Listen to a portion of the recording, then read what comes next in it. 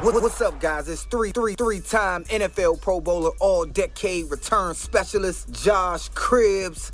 I want to welcome you to the MACCG Sports Connection podcast, where Alex hosts all things MAC, all things football, all things sports, right here, MACCG Sports Connection, baby. The Mid-American Conference best, bringing it only the great MAC to everyone.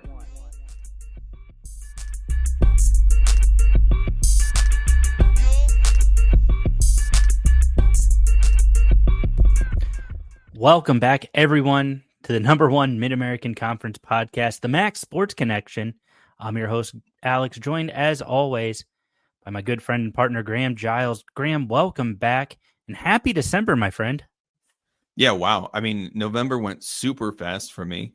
And we had Turkey Day last week, and of course the last week of MACCG football going on. I don't know which day was bigger for me, Alex.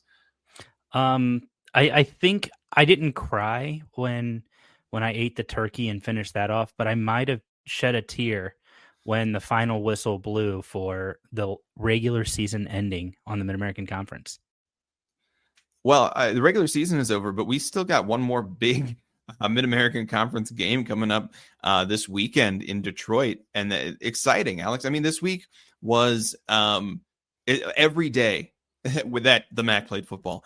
Had a game that really determined the MAC championship. On Tuesday, we had Bowling Green versus UMass, a game that meant nothing, and the play also meant nothing. I don't know how much you watched of that game. I watched very little. There was another important game going on that night, and Bowling Green walked away with it. This looked like the Akron and Kent games against UMass. Bowling Green 45, UMass 14. I don't think we need to dwell on that one. The other game that night, Alex, was Western Michigan versus Eastern Michigan.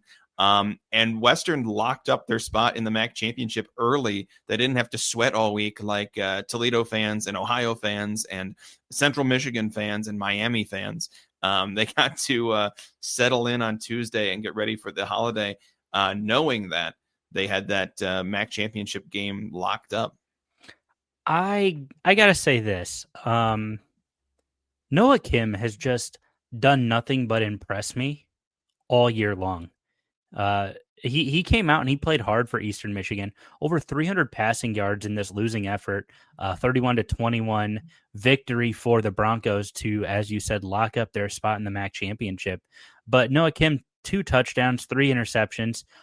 He's got to cut that interception number down. But I mean, just, this is a kid who can throw the ball, and very impressed with him. I did pay a little bit more attention to this game.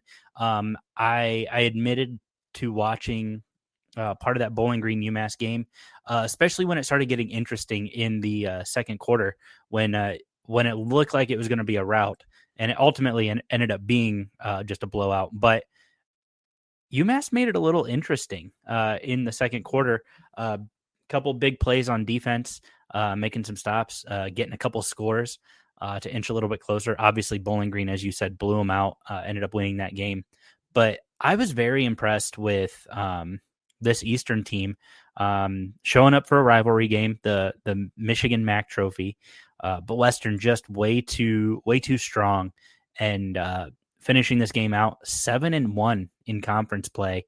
But that game, Graham, didn't eliminate anybody from the MAC championship. Going into Tuesday, there were 5 teams alive for the MAC championship, and neither one of those results on Tuesday determined anything. It's the Friday slate that really also didn't determine anything short of a crazy, wonky tiebreaker Sports Source score update, which would have loved to have been able to tell you guys what that could have been if that wasn't proprietary. But the Ohio Bobcats, they were pushed a little bit by Buffalo in the fourth quarter, but Ohio had control of this game, ended up winning 31-26 to keep their MAC championship hopes alive. And Buffalo ended what was honestly a relatively disappointing season. Yeah, I think this one was disappointing for Buffalo. I mean, preseason, we talked about Buffalo was one of my picks to go to the MAC championship game. And all season, they have been underperforming. They just haven't been getting there. This one, Buffalo made it close at the end. Also, can we talk to Buffalo about when they're having these televised games? Let's put everybody on the visitor side, because my goodness, that stadium looked empty on the broadcast. Yeah. But Buffalo got started slowly. They didn't do much in the first half. In the second half, they started to come on, but too little, too late. It was an exciting game, exciting down to the final play, and it didn't work out for Buffalo in this one. But they made the game close. A little bit of that potential realized here, but Ohio was the better team all year long. They got the victory here. They should have gotten the victory here. Interesting that Parker Navarro had led the game in rushing yards when Ohio has had C.A. Bangura just crushing it from the rushing yards perspective. But Parker Navarro also been great on the ground all year. Well, and when you look at this, Ohio rolled for 506 total yards. And, Parker Navarro, almost 300 of those yards by himself. But, to very much a kind of a credit to everybody else on the team, Bangura also had another 100-yard outing, 1 yard shy of Parker Navarro on 22 carries, so $120 for a touchdown. So between the two of them, 240 yards on the ground as a team, 359 yards, just pounding away at the Buffalo defense to take advantage and to take control of this game. Yeah, and on a crazy weather day, the wind was blowing all over the place. It was cold. The reason that the visitor side was closed because they didn't want to thaw the bleachers. A game where you could have expected, and Ohio was having a great success on the ground. You might expect that they didn't do any passing, but still had a great passing day as well. That's 147 yards through the air for Parker Navarro in a game that maybe shouldn't have had that many passing yards. Chase Hendricks still almost put up 100 yards receiving, 92 yards receiving on 5 receptions and a touchdown there. So certainly the Bobcat offense was in full swing. The other game that day, a game that didn't have any consequences on the MAC championship game. So I don't think we need to spend too much time on it. Kent State finishes their season strong in a victory over Northern Illinois. This game was close, but Kent State took over in the second half. Really looked like the better team in the second half in this one. Well, and it's so interesting because Kent State took over, and really Kent State took over in the fourth quarter. Kent State found themselves down 31-20 in the last 11 minutes of this game. Kent State goes on to score 15 unanswered points to win this one. I was not expecting offensive fireworks in this one. I was expecting a tough Northern Illinois defense, and I was expecting Kent State to play formidable against, let's just call it what it is, a bad Northern Illinois offense. I was expecting a low-scoring affair, something like 17-14, maybe 20-17. But the fireworks were going in this one, and Kent State, if you're a MAC fan, did the MAC a favor by sending Northern Illinois out of the conference with a loss. In fact, their social media account did a little bit of trolling on Northern Illinois, actually saying sending the Huskies out of the MAC with an L. And I thought that was a little bold of the Kent State media team, but I respect it. So Kent State wraps up the year 5-7, just shy of bowl eligibility, and really a great year for Kent State, especially considering the last two. On Saturday, we had 2 big games, Alex. 2 games to determine who would take that other MAC championship game spot. The first of those games, well, actually, these games are happening at the same time, but the first of those games on my sheet is Toledo versus Central Michigan. And Toledo has looked so good the past 4 weeks, Alex. Since that loss to Washington State, the defense has let up a total of 18 points. Wow. total of 18 points over 4 games. Just an incredible job for that Toledo defense. Not to be outdone, the offense has also put up a ton of points, 42 against Northern Illinois, 24 against Miami, 38 against Ball State, and 21 in this one against Central Michigan. Final of this one, 21-3 in favor of the Rockets. And unfortunately for Toledo, that's the story of the season. It's too little too late. 4 weeks of really great football. But those weeks in the middle there, lost to Washington State, a game that in the first quarter, Toledo looked very competitive against the Cougars, and then lost it. Lost to Bowling Green, inexplicable, just a collapse in the second half. The loss to Western Michigan, super close loss. You lose by 1 point. And I think at the time, we thought that was Toledo losing to a worse team. It turns out Western Michigan's defense for real. But I mean, the loss to Bowling Green, tough. I also think that loss to Washington State is tough. So a couple of unlucky losses and a couple of inexplicable losses, and Toledo finds himself on the outside looking in on the MAC championship game. We'll get to the conference tiebreakers again this week here shortly. But yeah, first half, I was not very impressed with the Toledo offense. I was incredibly impressed with the Toledo defense. You limited Central Michigan to 3 points. You and I were talking kind of during that game a little bit. Toledo struggling in offense. We talked about what were they going to do on the road for their final road game of the season, and knowing what was on the line, a potential shot at Detroit, and just everything else that kind of goes into it. And the second half, really almost the last just 16 minutes of the game, because Toledo scored their first touchdown with under a minute to go in the third quarter. The last 16 minutes of the game was all Toledo, and because of how great the defense was playing, that was exactly enough for them to leave Mount Pleasant with a 21-3 win. Hats off to Matt Drinkle, the coach at Central Michigan. Dude has done an excellent job righting the ship at Central Michigan. And just, you and I did not have Central as a potential MAC sleeper to start the year. In fact, we thought, there'd be a lot more growing pains. And here they were in the final week of the season in contention for the MAC championship. So hats off to Central Michigan. But yeah, the Toledo defense was just so overwhelming for the Central Michigan offense. Yeah, I mean, I think that's the story here. Central Michigan had a great season. Outperformed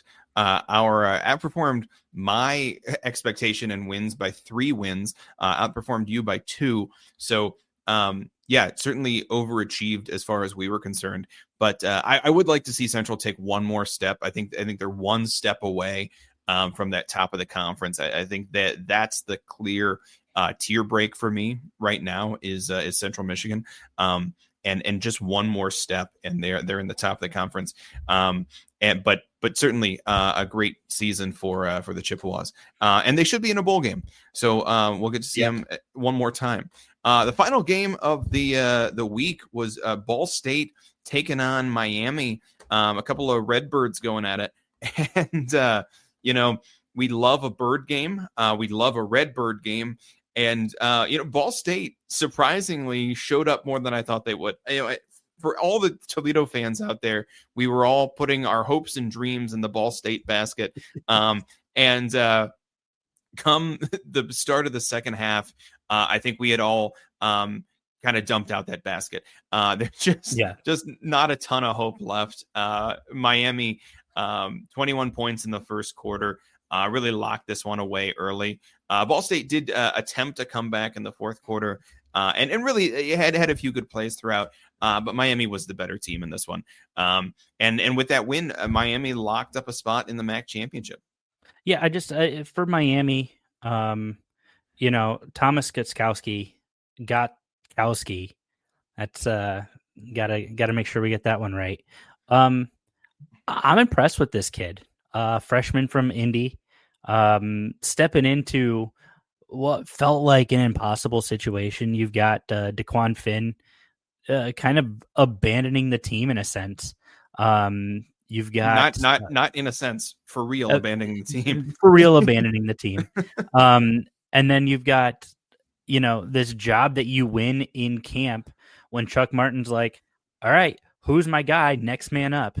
And you win this starting job the last couple of weeks of the season, and you've just done well. You've performed well, and you've helped guide this Miami offense to a MAC championship. Now, for Ball State, rough day. Hold on, before we move on from Thomas Gutkowski here, true freshman winning the job over senior Henry Hessen, who you'll remember they brought in Hessen against Toledo. They said, hey, go out there and fill in. And at the time, we didn't realize this was going to be a permanent situation, but go in instead of DeQuan Finn, and Hessen, frankly, didn't perform. So I think a lot of us were looking at the last 2 weeks of the season going, is Miami done? Does losing DeQuan Finn mean Miami's season is over? And then freshman Thomas Gutkowski gets up here, takes over the starting role over the senior, and finds it, and really has looked impressive in a couple of weeks for Miami. So I can't speak highly enough of the job this kid has done, and we'll see. He'll get the opportunity to perform on a big stage in Detroit this week. Yeah, I'm excited for that, and we'll talk about that here in a second. Ball State, just a relatively balanced attack. I mean, once you go down 21-10 in the first quarter, I remember checking the score on this when it was 14-10. I was like, okay, Ball State's putting up a good fight. Rivalry game. I think this rivalry, as we mentioned, means a little more to Ball State than perhaps it does to Miami. But putting up a good fight, and then the Redhawks score 17 more points, take a 31-10 lead into the break, tack on 7 more in the third. Ball State chips away a little bit in the fourth, but I think, as you mentioned, we dumped all those eggs out of the basket so that we could use that basket to store our Thanksgiving decorations, Graham. It was time. So we had to move on from that one. But MAC championship. Now, I have, surprise, surprise, a bone to pick with the MAC tiebreakers. Oh, no. You mean we have controversy surrounding the MAC tiebreakers? Who could have predicted? That sounds incredibly impossible. Toledo fans, Ohio fans, which I got to say, I want to preface this section with, this is hard for me because I went to Toledo. I'm currently a student at Ohio, so I feel both my schools were, in a sense, robbed. But I'm going to approach this from a very neutral perspective. Okay, I believe you. I don't believe me. Toledo fans, Ohio fans, you feel slighted. You feel ripped off. You feel cheated by the system. I understand.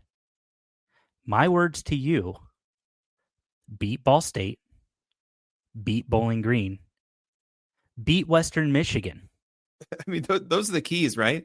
This isn't a controversy. Now, well, to the Mid-American Conference. Miami's the only team who beat Western Michigan this year. Only conference team. Only team. So, you want to see a MAC championship against, clearly the best team in the conference this year, the Western Michigan Broncos. Yeah. And frankly, right that they made the championship game. And then we're talking about who should go up against them. There's an argument. And frankly, as a Toledo fan, I wish that Toledo came out ahead in this argument. But for me, the proof is in the pudding. Miami beat Western. They're the only conference team to beat Western Michigan this year. This is the game that, if you're a fan of the conference, this is the game you should want. As much as I have a bone to pick with the tiebreakers, and I don't think they're wrong. I think these are the two teams who should be in this game. I don't disagree with you, but I'm going to add this addendum to steer this conversation towards the Mid-American Conference. Your tiebreaker, as it is written, if one team beats both of the other teams that they are tied for, if all three did not play, that team advances. There needs to be a provision for if one team that lost to both teams of a three-way tie, if all teams did not play, is eliminated. Now, this isn't me saying this as a fan. This is me saying this after looking over tiebreakers from across other conferences. Other conferences have that addendum. They have it both ways. The MAC only has it one way. And I think it's a good tiebreaker both ways. Now, that being said, Miami, you earned this. Every bit of this. Congratulations. So excited to see you in Detroit this next weekend. Mid-American Conference, please adjust your tiebreakers so that these controversies are less, so that we can eliminate some of these controversies. Don't be afraid to do math. Don't be afraid to look at all of this and say, hey, we need to adjust this.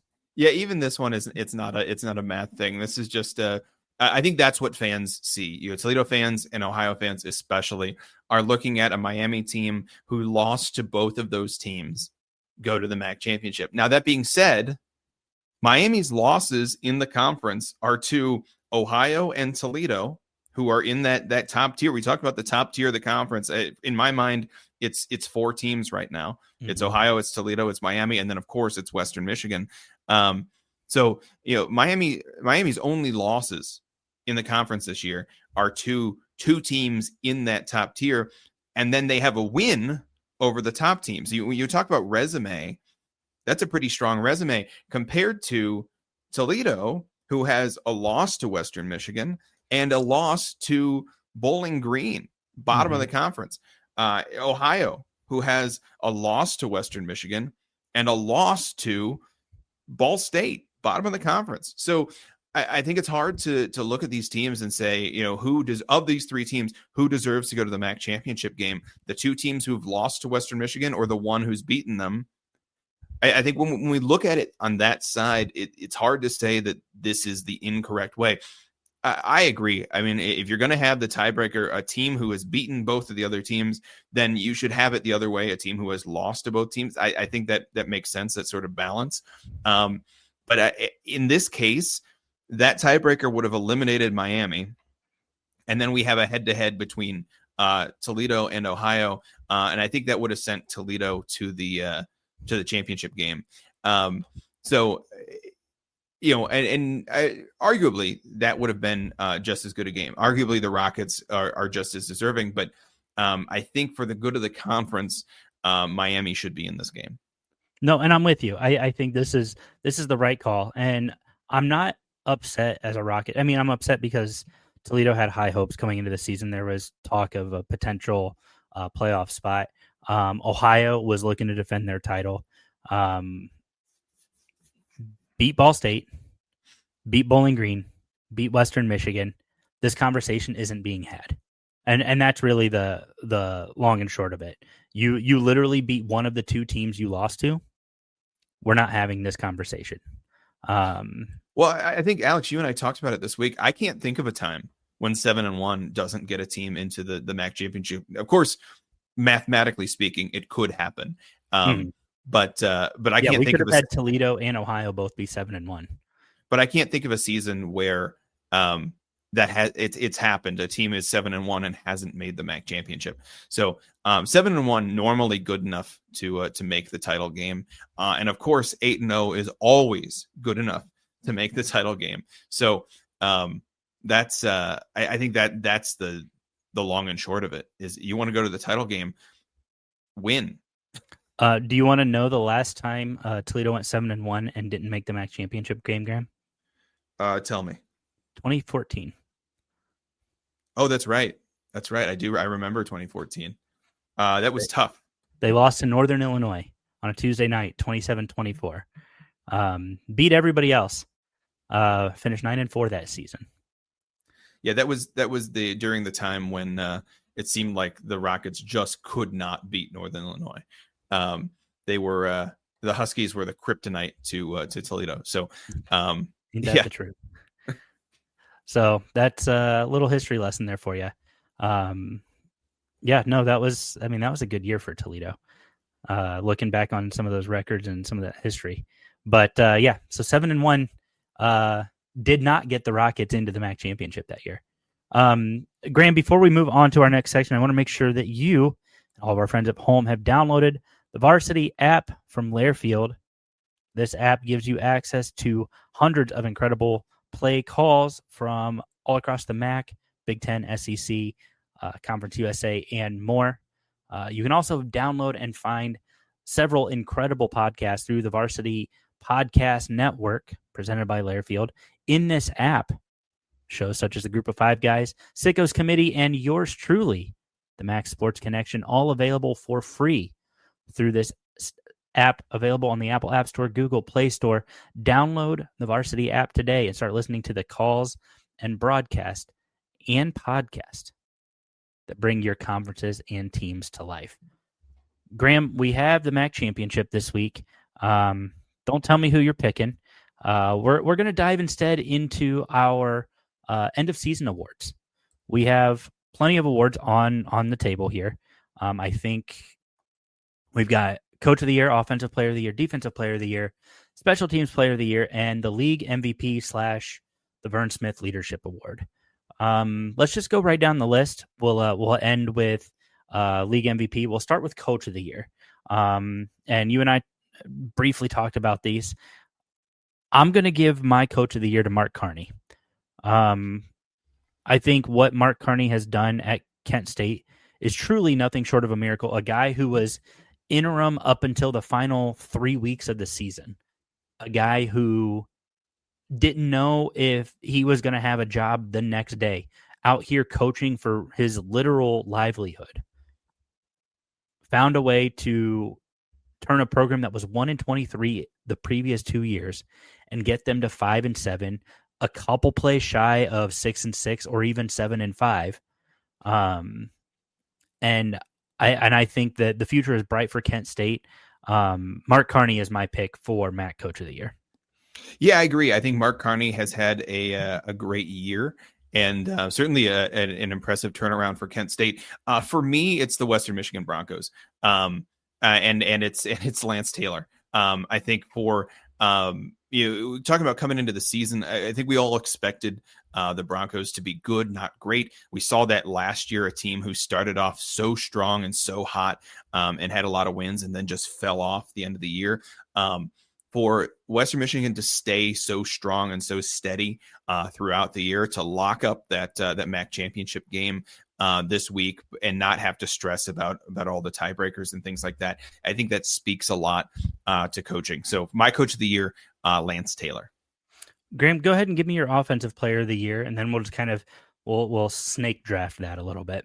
Okay, sticking to Western Michigan, my Offensive Player of the Year is Brock Lowry. He had 875 yards rushing this year, 14 touchdowns, 1572 passing yards, 7 touchdowns, only 2 picks, 63.5% completion percentage. But the most important stat for me, Alex, the most important quarterback stat is wins.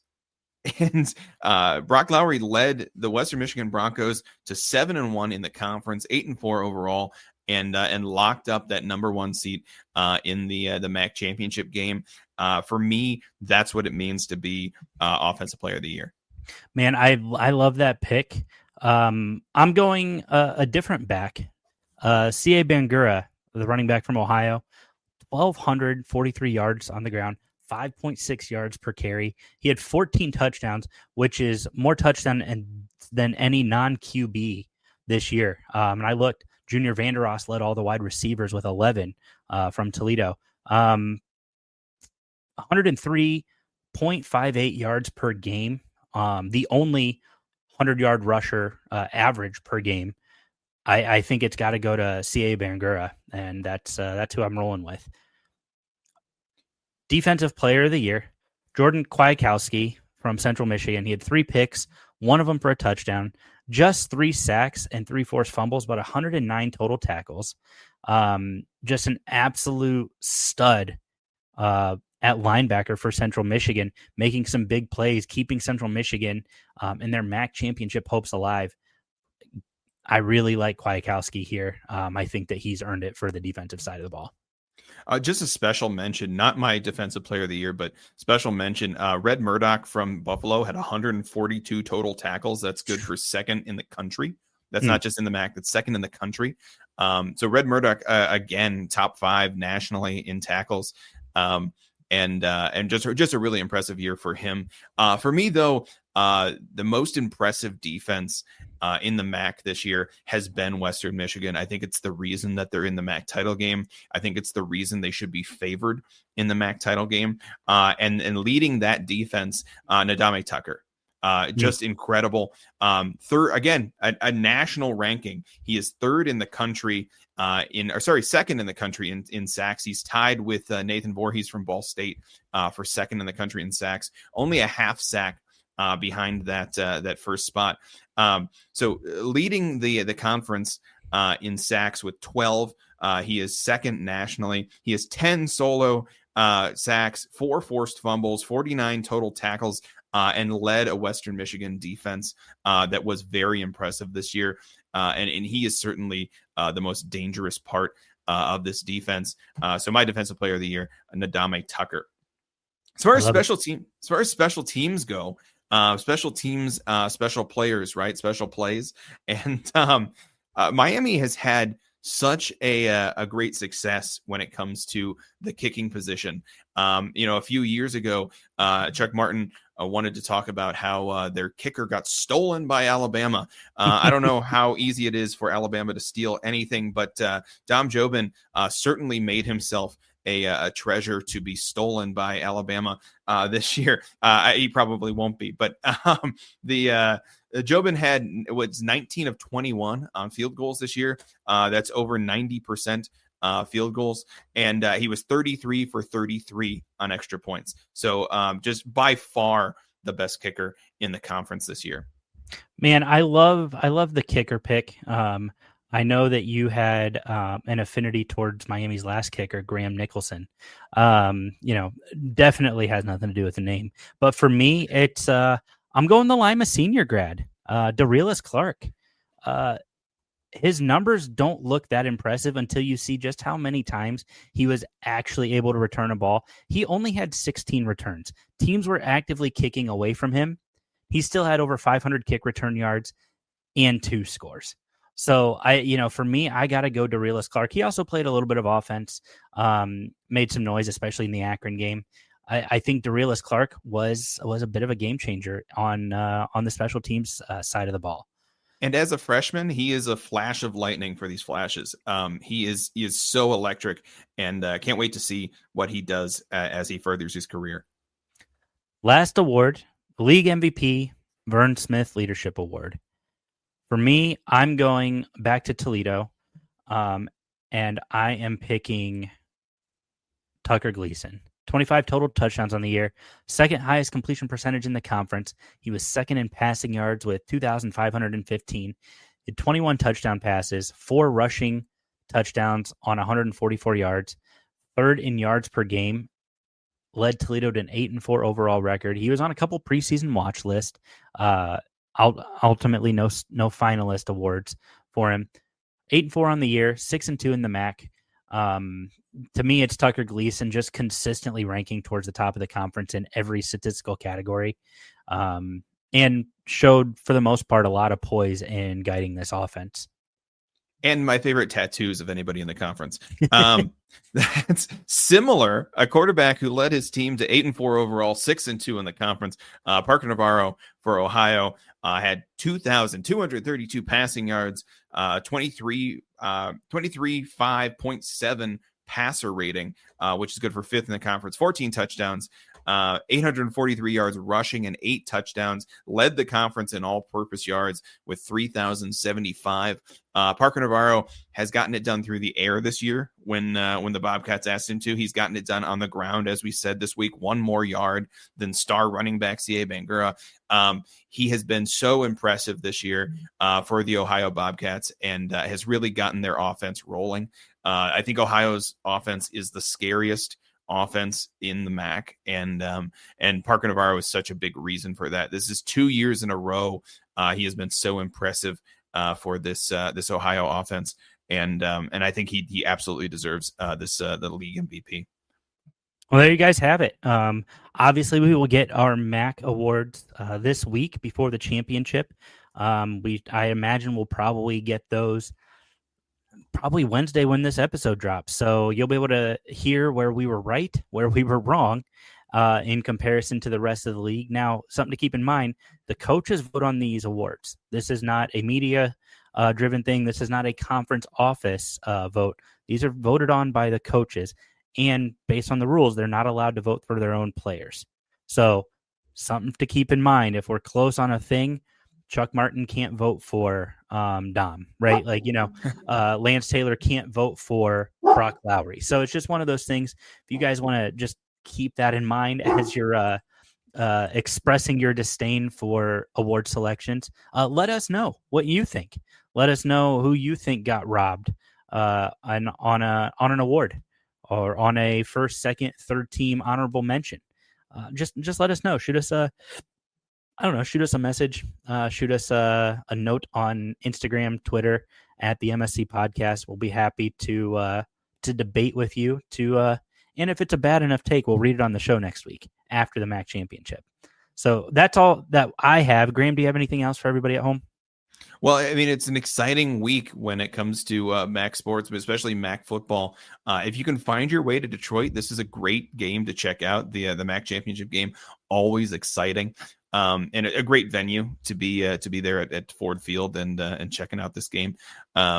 Exciting to see Western Michigan take on Miami in a rematch, and really one that'll set up where we see these guys go into to bowl games. So certainly check that game out. And if you have award picks, I guess send them our way, or don't. I don't care what you guys think. Well, that's going to do it for us. We will be back with content on Saturday from Ford Field at the 2025 MAC Championship. Western Michigan Broncos taking on the Miami Redhawks. Looking forward to bringing you guys all the action and coverage from Ford Field. Until then, we'll see you guys next time.